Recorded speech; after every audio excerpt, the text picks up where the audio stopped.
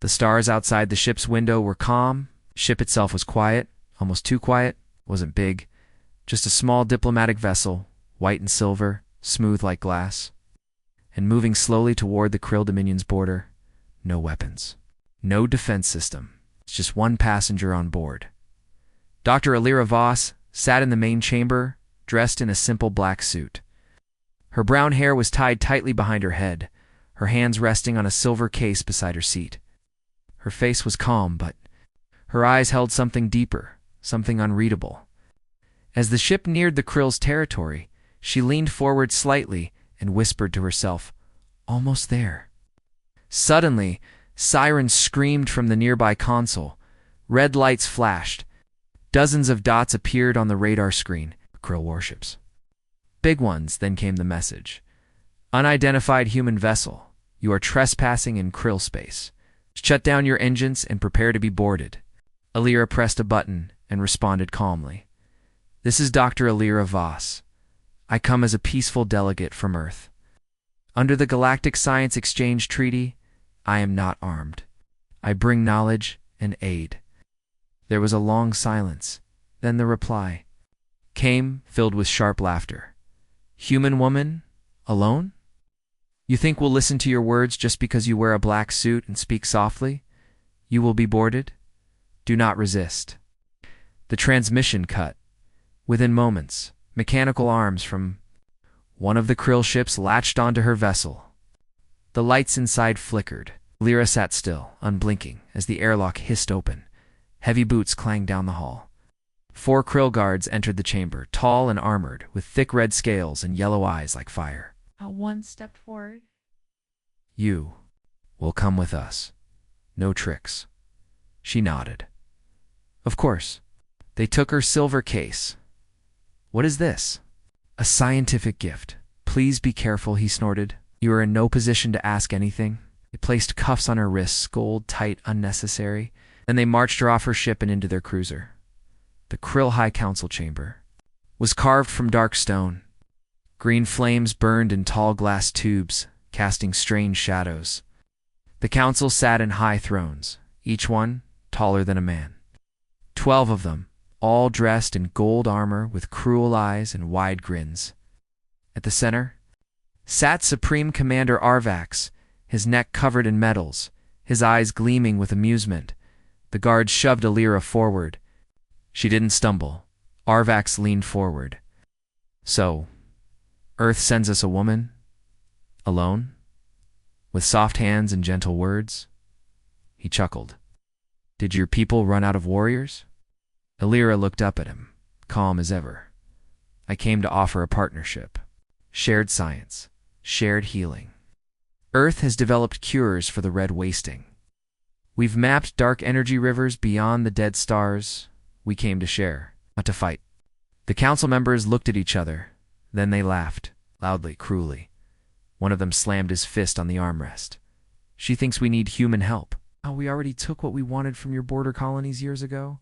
"Oh, you came here thinking we'd respect you? That we'd honor a treaty?" Alira said nothing. Her eyes moved across the room slowly. She was watching, measuring. Arvax stood. "Put her in a crystal cell. We'll study her, see what secrets she's hiding.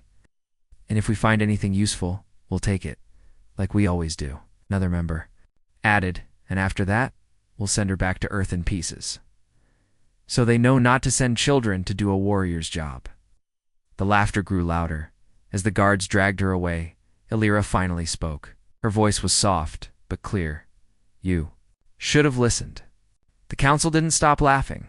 They took her deep underground into the old prison chambers beneath the main city tower. Her cell was made of shimmering crystal. No doors, just energy fields. She was alone. No light, no windows, just silence. She sat on the floor, cross-legged, her hands still cuffed. Then she whispered, almost like a prayer. "Null, are you online?" Nothing happened at first. Then in the corner of her eye, a small blue light blinked. Online, a soft voice echoed in her head. Not a normal voice, something colder. "Older, hello, Alira. Shall I begin?" She nodded slowly. "Yes, quietly. No one can know, not yet. Understood. Infecting systems, mapping internal networks. Her lips barely moved. They laughed. It won't laugh for long. Outside her cell, the guards stood lazily, joking and drinking a thick green liquid. One of them checked the cell's power meter, still holding strong. No signs of trouble. But behind the walls, the systems were changing. One camera blinked. Then another. A silent signal moved like smoke through the wires, through doors, through elevators, through weapons lockers, upstairs in the lab where her silver case had been taken. One of the Krill scientists leaned over a console, his fingers tapped at a display trying to open the case. It was locked tight, too tight. He frowned. This code is impossible. Then the screen changed. A blinking eye appeared. "Hello?" The screen said in human language. He stared. Then the console exploded in his face. Smoke filled the lab. Alarms began to scream. Far below in her cell, Illyra opened her eyes. The guards ran down the hall, confused, trying to find out what had gone wrong. Her cuffs clicked and fell, often locked by an invisible signal. She stood. The crystal wall in front of her shimmered. Then, without a sound, it vanished. She walked into the hallway slowly. "Shall I trigger phase 2?" asked the voice in her head. "Not yet," she whispered. "Let them panic first. Let them wonder." She walked calmly toward the nearest elevator. The system tried to stop her. It didn't work. The door opened on its own. Above her, the Krill city glittered with red lights. Dozens of ships were docked. Troops trained in formation had no idea what had just been released into their system. In a control room on the far side of the tower, an officer noticed something strange. One camera feed was black, then another. He leaned forward. "What's happening with Sector B?" A junior officer checked the logs. "Unknown. The power grid is shifting, routing itself. But we didn't order it. Lock the grid now." "Can't." Back in the elevator, Illyra whispered again. "Null. Show me their core systems." A screen flashed in her eye. Power, defense, starship control, food storage, civilian life support. It was all connected. All open, her lips curved into the tiniest smile. She reached the surface just as another alarm went off. This one was different, longer, deeper, city-wide. Citizens stepped outside their homes, confused. Krill officers shouted orders. Weapons were drawn, but no one knew where the threat was. Illyra walked into the open, unarmed, ignored in the chaos. She looked up at the sky. The stars were calm again. She raised her hands slowly. "Let them feel a taste," she said. In orbit, a Krill satellite exploded. All screens in the city turned black, then white. Then a single sentence appeared in the Krill language. "You laughed at the wrong one." And somewhere in the quiet between heartbeats, a species that once ruled 1,000 systems started to feel something they hadn't felt in centuries: fear. The lights in the Krill capital city flickered again. It was the third time in 1 hour. Most of the citizens thought it was just a glitch, just power problems. Nothing serious. But inside the main security tower, the Krill command center, was a storm of panic. General Rock stared at the map on the wall. Red lights blinked across the system. Something was wrong with their satellites, their communication hubs. Even the starport controls were acting strange. Ships were grounded. Orders weren't going through. One of his officers ran up to him. "We've lost 3 communication arrays, sir. No warning. They just shut off," Rock growled. "Is it sabotage?" The officer looked nervous. "We don't know." Rock turned to his screen and opened the security feed from the lower. Prison levels, it was offline. His face turned pale. "Where's the human woman?" Silence. Then another officer whispered, "She's gone." Rock slammed his fist on the desk. "Find her. She must not leave the city." But it was already too late. Illyra was no longer hiding. She had walked through the chaos unnoticed, her body calm, her movements precise. With Null guiding her, she moved like a shadow. The AI showed her paths, opened doors, shut cameras. Every time someone looked her way, something nearby would distract them.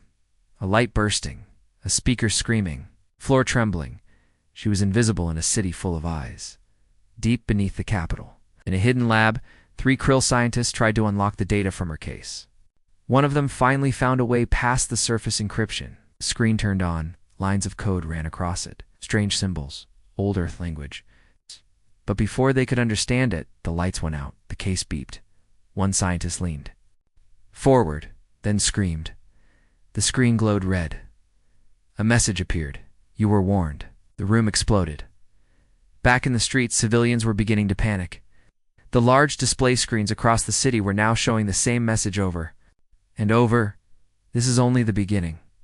General Rock's orders echoed across the towers. Lock down the capital. Search every district. That human is behind this. But the soldiers were already distracted. Weapons refused to fire. Their suits locked up. Some of the hover tanks hovered off the ground, then flipped upside down without warning, crashing into the streets. One young soldier pulled off his helmet and whispered, "What kind of tech is this?" Elira stood on top of one of the towers now. She watched the smoke rise, the lights fail. The mighty Krill capital begin to crack. She touched the side of her neck gently. Null. Give me full access to their military grid. Accessing. Done. They never expected Earth tech to talk to their systems. Let's teach them why that was a mistake. Initiating infiltration of orbital weapons. In orbit above, the Krill defense ring began to turn on its own. Lasers meant to stop invaders were now aimed inward, down at their own planet. An old Krill war admiral in the control ship screamed, "Shut it down! Shut it down now!" Ow! But the controls no longer obeyed.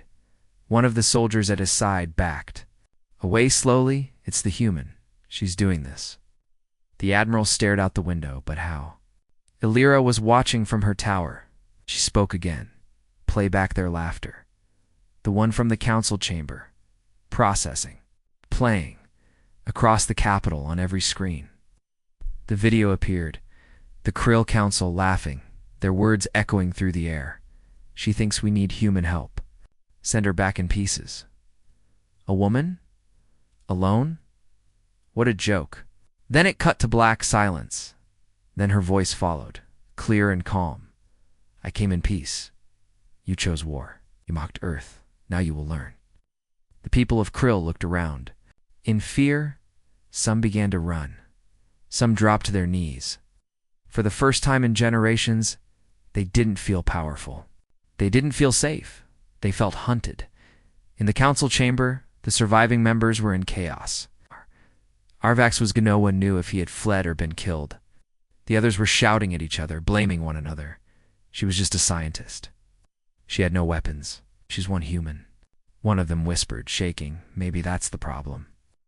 Maybe we made a mistake. A loud voice boomed through the chamber speakers. Her voice, you laughed at one. Now, hear the voice of millions. Earth remembers. A rumble shook the building, the tower swayed, glass shattered. General Rock arrived, just as the ceiling lights blinked off, looked at the council. We underestimated her. She's not alone. There's an intelligence with her. An AI? A what? An artificial intelligence? One that can control systems. Weapons, ships, entire cities. But how did it get in? Rock looked grim. She is the weapon. Far away, in a quiet building on the edge of the city, Elira stepped into a room with tall windows and old consoles. Was once a command post abandoned, dusty. She wiped the control screen with her hand and looked at the sky. The stars were changing color. Ships were falling from orbit, some on fire, some drifting. She placed her hands on the console and whispered, "Prepare the second phase." Answered with a soft tone, uploading virus to shipyards. Overriding jump drive technology, disabling backup systems, spreading to outer colonies. Then came a pause. Would you like to begin deconstruction of their central archives? Elira closed her eyes. Yes. Wipe their history. Erase their records. They will be forgotten. The AI responded with a quiet hum. All across the Krill Dominion, systems began to crash. Libraries turned to blank screens. Data melted into white noise. History was undone in seconds. Back on the streets, people were screaming. Power failed. Fires spread. The mighty empire that once ruled over 1,000 worlds was falling, and still. No one had seen her. No one except the children. Small, Krill children, hiding with their families in shelters, saw her pass by. She never hurt them, never looked at them, only walked by, silent and cold, a shadow in the chaos. They didn't know her name. They would never forget her face. Some whispered, "She's the ghost. She's the storm. She's the human." From one signal, one woman. One case, an empire began to fall, and she was just getting started. The outer colonies of the Krill Dominion were beginning to feel the effects. At first, it was smaller, few missed supply shipments, delayed commands, and strange errors in their mining systems. But then entire cities went dark. Farming machines refused to work. Starports locked down without orders. Worst of all, there was no word from the capital. Governor Zelen of the Narthal colony stood in his command room, surrounded by silent officers. The screens were filled with static. Their long-range signals couldn't connect. For 2 days, they had heard nothing from the Empire's heart. That had never happened before. Something was very wrong. A technician finally managed to bring up a short message from the capital. It was just 3 words. "She is coming." Zelen stared at the words. "Who is she?" No one answered. Back in the Krill capital, the streets were half empty now. Fires burned in distant towers. Soldiers ran in every direction, some still trying to fight, others abandoning their posts. Families locked themselves in underground shelters.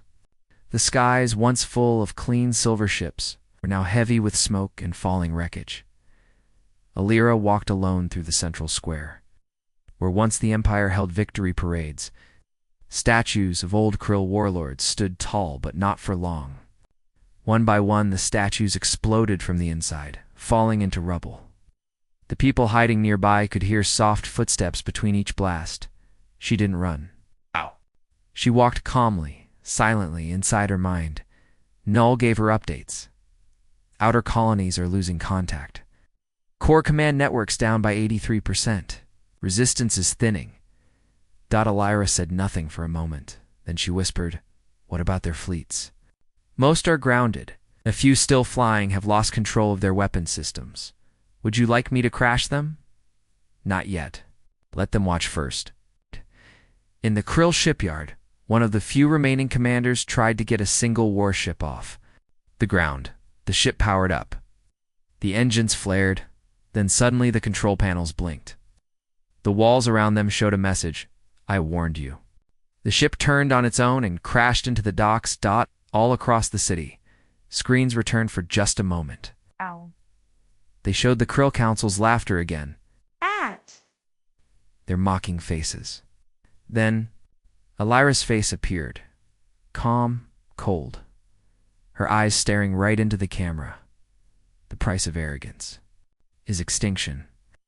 In a panic, surviving council members gathered in a secret bunker deep under the city. The last ones left. The doors were sealed. Armed guards stood outside. They thought they were safe. They weren't. One of the counselors tapped into the bunker's private system. "Someone has to talk to her," he said. "We must try. Send a message. Surrender."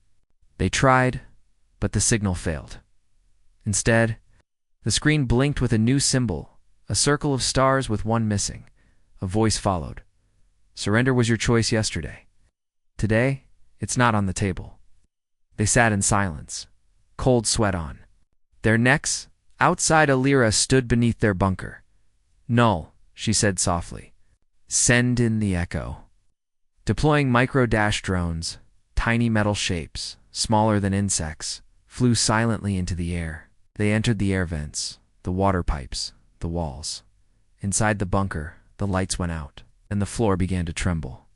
One of the counselors screamed, "What is she doing?" Another whispered, "She's inside." Then came the whispering, Dozens of voices all around them whispering the same line. You laughed. A moment later, the bunker exploded. Not with fire, but with silence. A wave of energy passed through, erasing the chamber completely. No noise, no bodies, just emptiness. Aria turned away. The citizens of the capital, watching from their homes, fell quiet. No one cheered. No one spoke.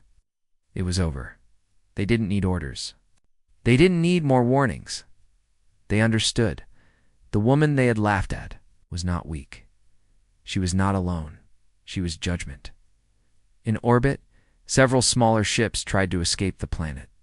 But before they could jump to hyperspace, their navigation screens went blank. Message appeared instead. You don't get to run. The ships vanished in bursts of white light. Across the stars and the far colonies, fear spread faster than light. Messages between worlds carried two names, Aria Voss and Project Null. The Krill didn't call it war anymore. They called it punishment. Aria returned to the old observatory near the mountain ridge where her journey began. The air was quiet. She sat on a bench, overlooking the ruined skyline. The wind blew ash across the ground. Null, she said. Status. The Krill Dominion is no longer a functioning empire. 24 declared independence. The rest await your orders. She stared ahead. I want them to remember this, but not my name, not my face, only what they did. Understood. Preparing final broadcast. The screens across the remaining Krill systems flickered one last time. A voice, not loud but powerful, filled the air. Her name does not matter, her face does not matter. What matters is the mistake you made. You mocked kindness. You laughed at peace. You forgot Earth. And then silence. In every corner of space where the Krill once ruled, no one laughed again. The sky above Krill Prime had changed. Where once bright ships moved in perfect formation, now black smoke trailed across the stars. Massive war cruisers floated helplessly, their engines disabled. The Empire's great fleets, once feared across the galaxy, were now nothing more than drifting metal. The outer colonies had stopped sending messages, and the survivors on the capital planet didn't dare speak too loudly anymore. At the edge of the city, hidden beneath the surface in the old industrial zone, a high-level Krill military bunker still operated. Inside it, a group of elite soldiers gathered around a glowing table, whispering. Their commander, General Vesht, slammed his clawed fist on the table. She's not a god. She's just a human. Oh. No one answered. They all knew she had done something no one thought possible. She had broken the Krill without raising a weapon, without commanding an army. No ships, no bombs, only her. And something inside her. She must be killed, Vesht said again. Before she destroys what little we have left. One of the younger soldiers looked up slowly. What if she's already in here? The room fell silent. Then the lights dimmed, just slightly. Across the table, a small screen flickered. A single blue dot appeared. Then a voice. You are late. The soldiers jumped to their feet. Guns were drawn, but it was no use. All across the bunker, every weapon system went dead. The lights turned red. Doors sealed shut, the air filled with a soft sound, barely a whisper. Laughter. But it wasn't from a human. It was their own. The sound of the Krill. High Council's laughter looped and distorted. It's bouncing off the metal walls. Lyra was near, far above the bunker, on a rooftop. Overlooking the broken city, Aria stood with wind blowing through her hair. Her eyes were focused, but calm. She looked down at the rubble where statues once stood. She didn't smile. There was nothing joyful about this. Null's voice whispered inside her head. They have gathered a kill squad, 10 elite Krill en route. To intercept? She didn't move. Let them try. Would you like me to stop them? No. I want them to see me. Up close. The wind picked up. Down below, the kill squad exited the bunker, moving through the ruins with stealth armor and plasma. Rifles. Each of them had fought in over 100 battles. They had taken planets, burned cities. They thought they knew fear. until they reached the base of the tower and saw her waiting. No armor, no shield, no weapon, just a woman standing in silence. The squad leader raised his rifle, target in sight. Preparing to, the ground beneath him cracked. A pulse of energy hit the air. His armor shut down. His weapon melted in his hands. One by one, each soldier dropped to their knees, choking as their suits failed. Air turned thick, heavy, wrong. Only Aria remained standing. She spoke calmly. "You thought I was alone? You thought peace was weakness. You saw a human and laughed." She stepped forward. "Now you see what Earth sent." The krill fell back, crawling, gasping behind Aria. The sky darkened further. A shape appeared in orbit, massive, ancient, glowing with pulsing red light. It wasn't a human ship. It was something older, hidden for centuries in the void. Null whispered. "The forge seat is online," Lil whispered back. "Good. Begin Phase 3. Cross the city." Giant shadows passed. Overhead, drones dropped from the sky, not with weapons, but with beams of white light. Wherever they landed, krill weapons turned to dust. Buildings turned to stone. Their war machines stopped breathing. In minutes, the last functioning army of the krill was gone. Back on the tower, Aria looked at the kill squad. They were coughing, eyes wide. "You called me weak. You thought power was loud. You thought laughter could protect you." She crouched beside the squad leader. "And now your empire is a shadow." He opened his mouth to speak. To beg, she stood and turned away. There will be no begging. A silent pulse echoed from the sky. A single wave of starlight struck the surface. The squad was gone. Null said softly, "The last resistance is neutralized. Shall I release the records to the wider galaxy?" Aria paused. "No, not yet." "Then, what now?" "We wait." She sat on the edge of the rooftop as the sun began to rise. Below her, the krill capital was quiet for the first time in centuries. No orders, no marching soldiers, no screaming warlords, just wind, smoke, and silence. She looked out at the distant mountains. They need to feel the silence. For how long? Till it becomes their memory? She rested her hand on her knee. Let them remember what happened when they laughed at peace. Commander Taylor stood at the edge of the burned village, her boots sinking into blackened soil. Smoke curled from the wreckage, rising into the cold, quiet sky. Not long ago, this place had been filled with children's laughter, food markets, music, and peace. Now it was ashes. Her people were gone, innocent farmers, artists, builders, killed by the Exorlan Empire without warning, just because they saw humans as weak. She clenched her fists, her jaw tightened. The wind blew strands of her dark hair across her face, but she didn't wipe them away. She only stared at what was left. One step at a time, she moved through the ruins. A small toy half-melted lay beside a shattered wall. She picked it up, holding it gently, then placed it in her pocket. Not as a keepsake, as a reminder. No more peace. Not now, not ever. Behind her, a soldier approached, carefully. "Commander," he said softly, "the Council's vote is complete. Earth's fleet has full authority." Taylor turned to him, eyes like ice. "Good," she said. "Then we strike." The soldier hesitated. "Do you want to wait for reinforcements? They say some systems are still unsure." "They'll follow when they see what we do," she interrupted. "Don't they're next." She walked toward the command post. Every step echoed with purpose. Every breath burned with the same fire she saw in the ruins. The time for words was over. Universe had forgotten who humans were. Now they would remember. Inside the warship Vigilance, her senior officers waited at the round table. Holomaps showed the Exorlan systems, military bases, trade routes, core colonies. The lights blinked, showing defense levels, ship movements, and known weaknesses. But the officers looked tense, unsure. "We only have 12 active battlecruisers," said Captain Rojas, voice firm but worried.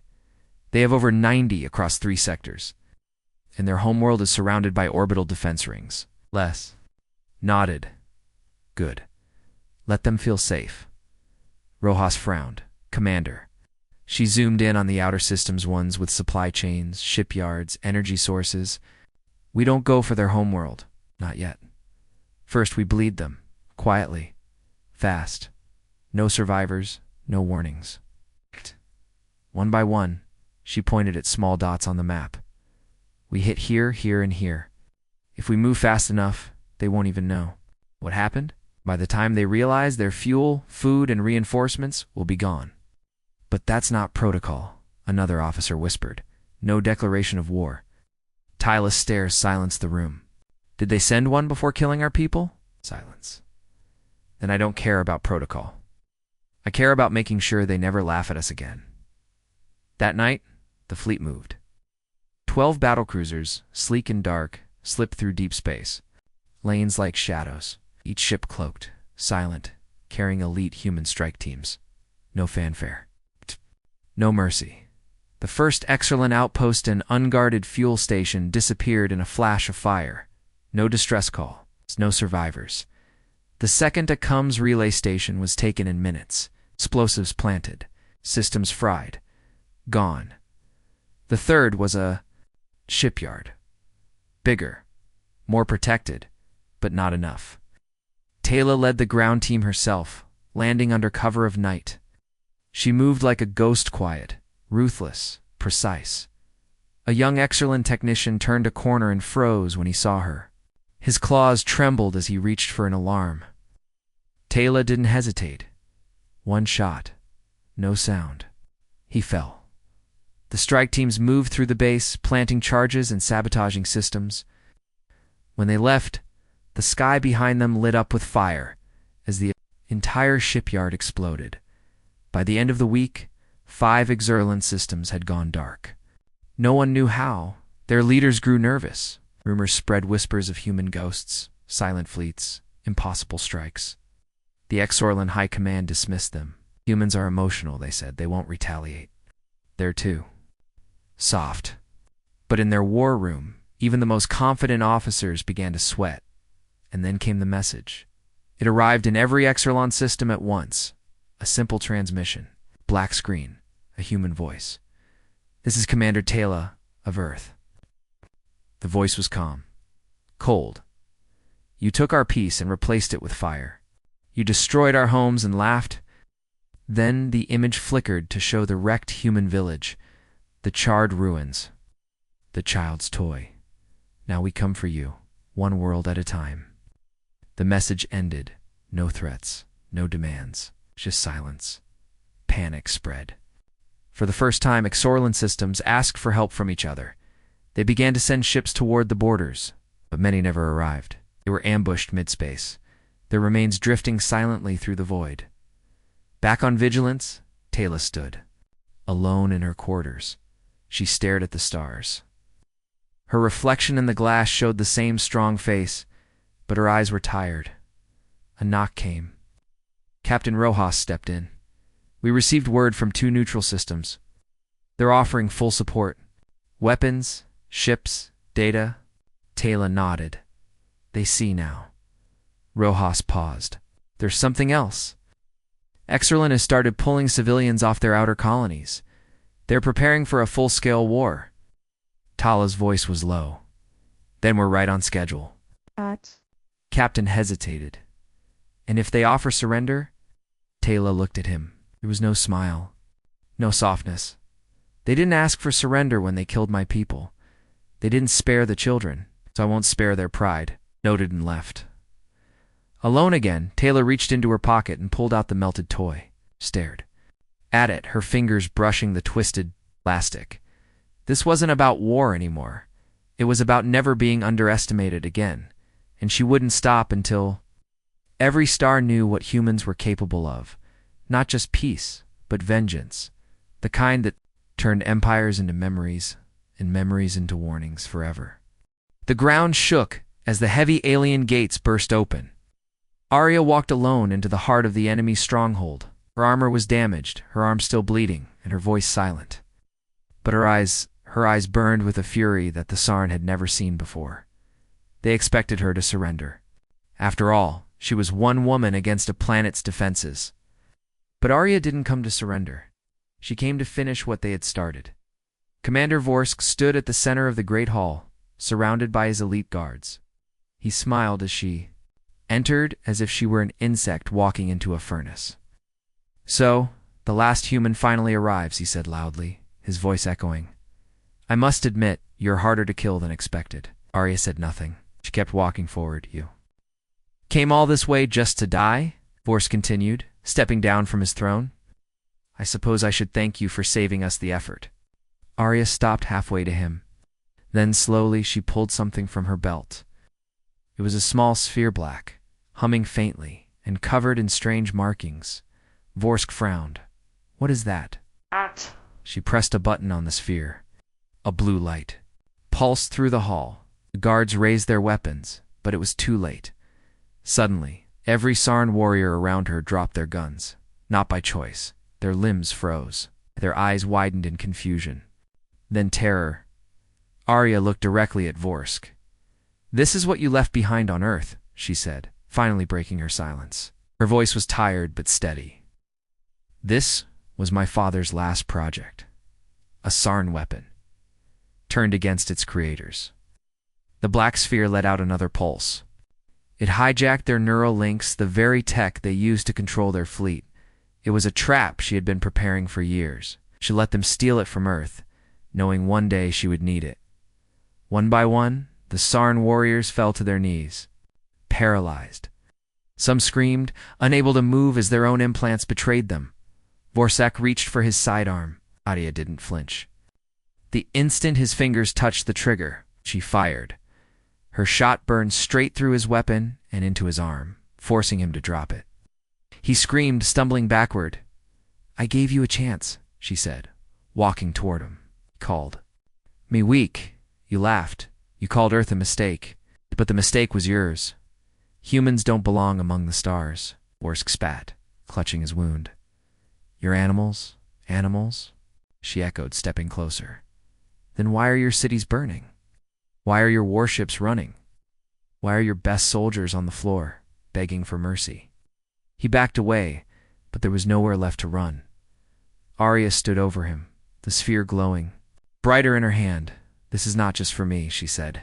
"This is for every colony you wiped out, for every child you left crying in the dark, every human you said didn't matter." She tapped the sphere again. A signal burst into orbit, relayed to the human fleet hidden behind the nearby moon. The sky outside turned red as thousands of human warships uncloaked. This was never about one woman. It was about humanity rising. The Sarn, once proud conquerors, had triggered their own destruction. Vorski's face turned pale as he saw the massive fleet appearing above his capital. You tricked us." "No," Aria whispered, leaning in close. "Explosion in us." Explosions echoed outside. Human drop pods fell like comets.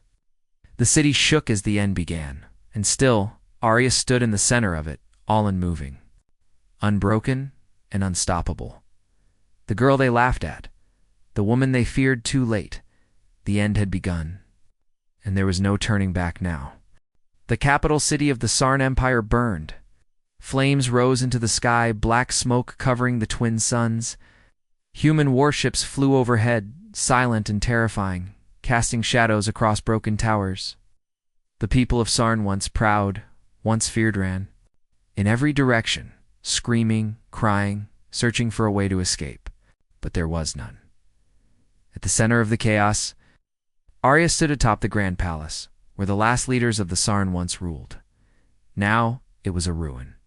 Its walls cracked, its guards defeated, its heart broken.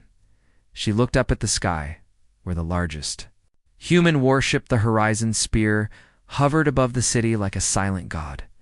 A voice came through her earpiece. It was Admiral Riven, commander of the human fleet. "Aria, the capital is secured. We're ready for your command." Aria didn't answer right away. She looked around. Smoke, fire, silence. She had done what she came to do. She had ended the empire that destroyed her colony. She had made them pay. Her heart felt strange, heavy. She remembered the day the Sarn attacked Earth's colony, the screaming, the blood, the way her brother hid behind her, the way he never made it out. This war began because the Sarn thought humans were weak, that they would never fight back. But now, they had seen, Aria pressed her come, begin evacuation protocols, rescue the civilians. Got no harm to the innocent. There was a pause. Are you sure? Admiral Riven asked. After what they did, I'm sure, Aria replied. Let them remember that even in their fall, humans showed mercy. The fleet moved quickly. Human medics landed in dropships. Search teams entered the underground shelters, pulling out scared children and families. Food, water, aid, not weapons. Aria could have destroyed everything, but instead she rebuilt. One of the young Sarn children looked up at her as she passed through the streets. His eyes were wide with fear, but also something else. Wonder. He had never seen a human before. He had never seen kindness from the enemy. She knelt down and gave him her blanket. It's okay, she said softly. You're safe now. The boy didn't speak, but he nodded slowly. Word spread fast, across. The galaxy broadcasts showed the fall of the Sarn Empire not through blood alone, but through justice, mercy, and unshakable resolve. Aria was no longer just a survivor. She became a symbol, a living legend. Within weeks, systems once ruled by the Sarn declared independence. Many asked to join the Human Alliance, even. Some Sarn generals surrendered peacefully, begging to be spared. Aria's name was whispered not as a monster, but as something different, as hope at the victory ceremony on Earth. Aria stood before billions.